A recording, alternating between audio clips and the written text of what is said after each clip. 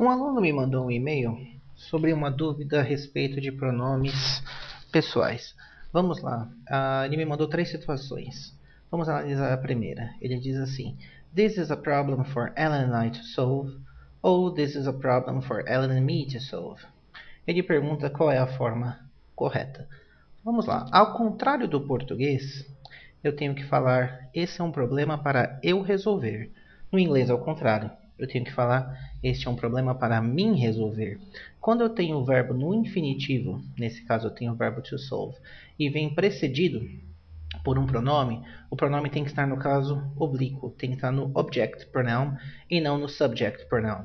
Então a forma correta seria This is a problem for Ellen and me to solve. Então deixa eu riscar aqui a primeira forma. A forma não é correta. Talvez venha daí o nosso erro tão comum no português que a gente fala este é um problema para mim resolver. No inglês estaria correto, mas no português estaria errado. Vamos para a segunda situação. Ele fala This is he ou this is him? Eu não sei de onde ele tirou a frase, mas vamos criar um contexto. Vamos supor que a gente está acusando alguém. Eu estou eu estou com um policial do meu lado e falo, é ele. This is he ou this is him? Vamos para a regra de quando eu uso subject e quando eu uso subject or object pronoun. Nesse caso, é assim a regra. Depois do verbo to be, eu tenho que usar o verbo na situação subject. A forma correta é this is he e não this is him.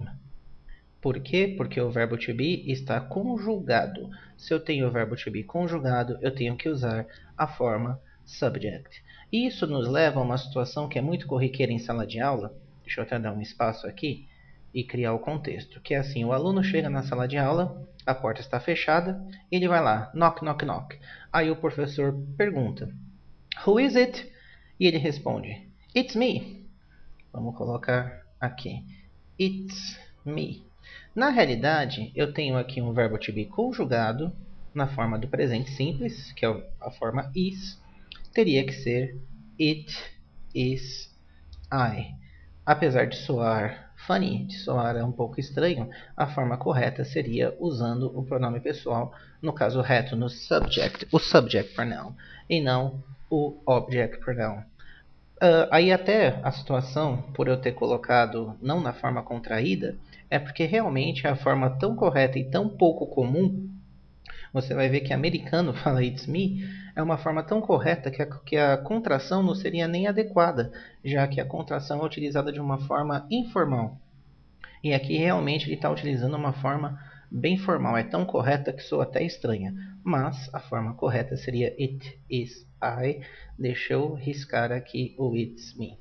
A terceira situação que ele me mandou é It was he who we saw dancing with Lucille. It was him who we saw dancing with Lucille. Muito bem. A situação que nós temos, mais uma vez, nós temos o verbo to be conjugado. Nesse caso, no simple past. Was. Então, depois do verbo to be conjugado, a gente tem que usar a forma do caso reto. It was he.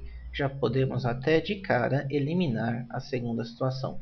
Uma coisa que ele não me perguntou, mas que também vale um comentário, é a respeito de outro tipo de pronome, que é o pronome relativo. O uso de who e o uso de whom. Eu já vi em alguns livros falando que whom é uma forma mais formal, é uma forma mais séria, mais elegante de falar who. Na realidade existe uma regra. O who ele é sempre sujeito de uma frase. O whom ele é sempre objeto de uma frase. Objeto direto ou objeto indireto. Claro que ele sempre substitui um ser humano. Senão seria which ou that. Aliás, existe regra para usar which e para usar that. O that não é universal assim como muitas vezes a gente pensa. Podemos comentar sobre isso numa próxima aula. Mas vamos lá. Vamos ficar restritos ao who e o whom. Deixa eu dar um exemplo com cada uma. Girl é ser humano, é uma mulher, então eu continuo com who.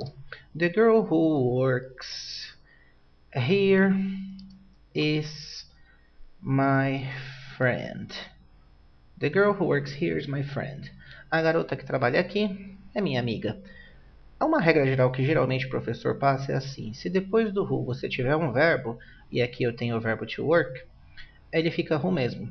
Se eu mudar para uma pessoa, vamos colocar assim: The girl whom I love works here. A garota que eu amo trabalha aqui.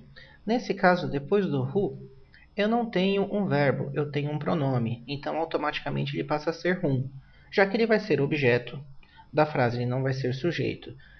Eu amo quem? A garota. Whom, objeto. Quem trabalha aqui? A garota. Who, sujeito. Vai ser mais ou menos, essa é uma regra geral que funciona para 90% dos casos. Só que nós estamos diante de uma dos 10% que é exceção. E vamos falar agora o porquê.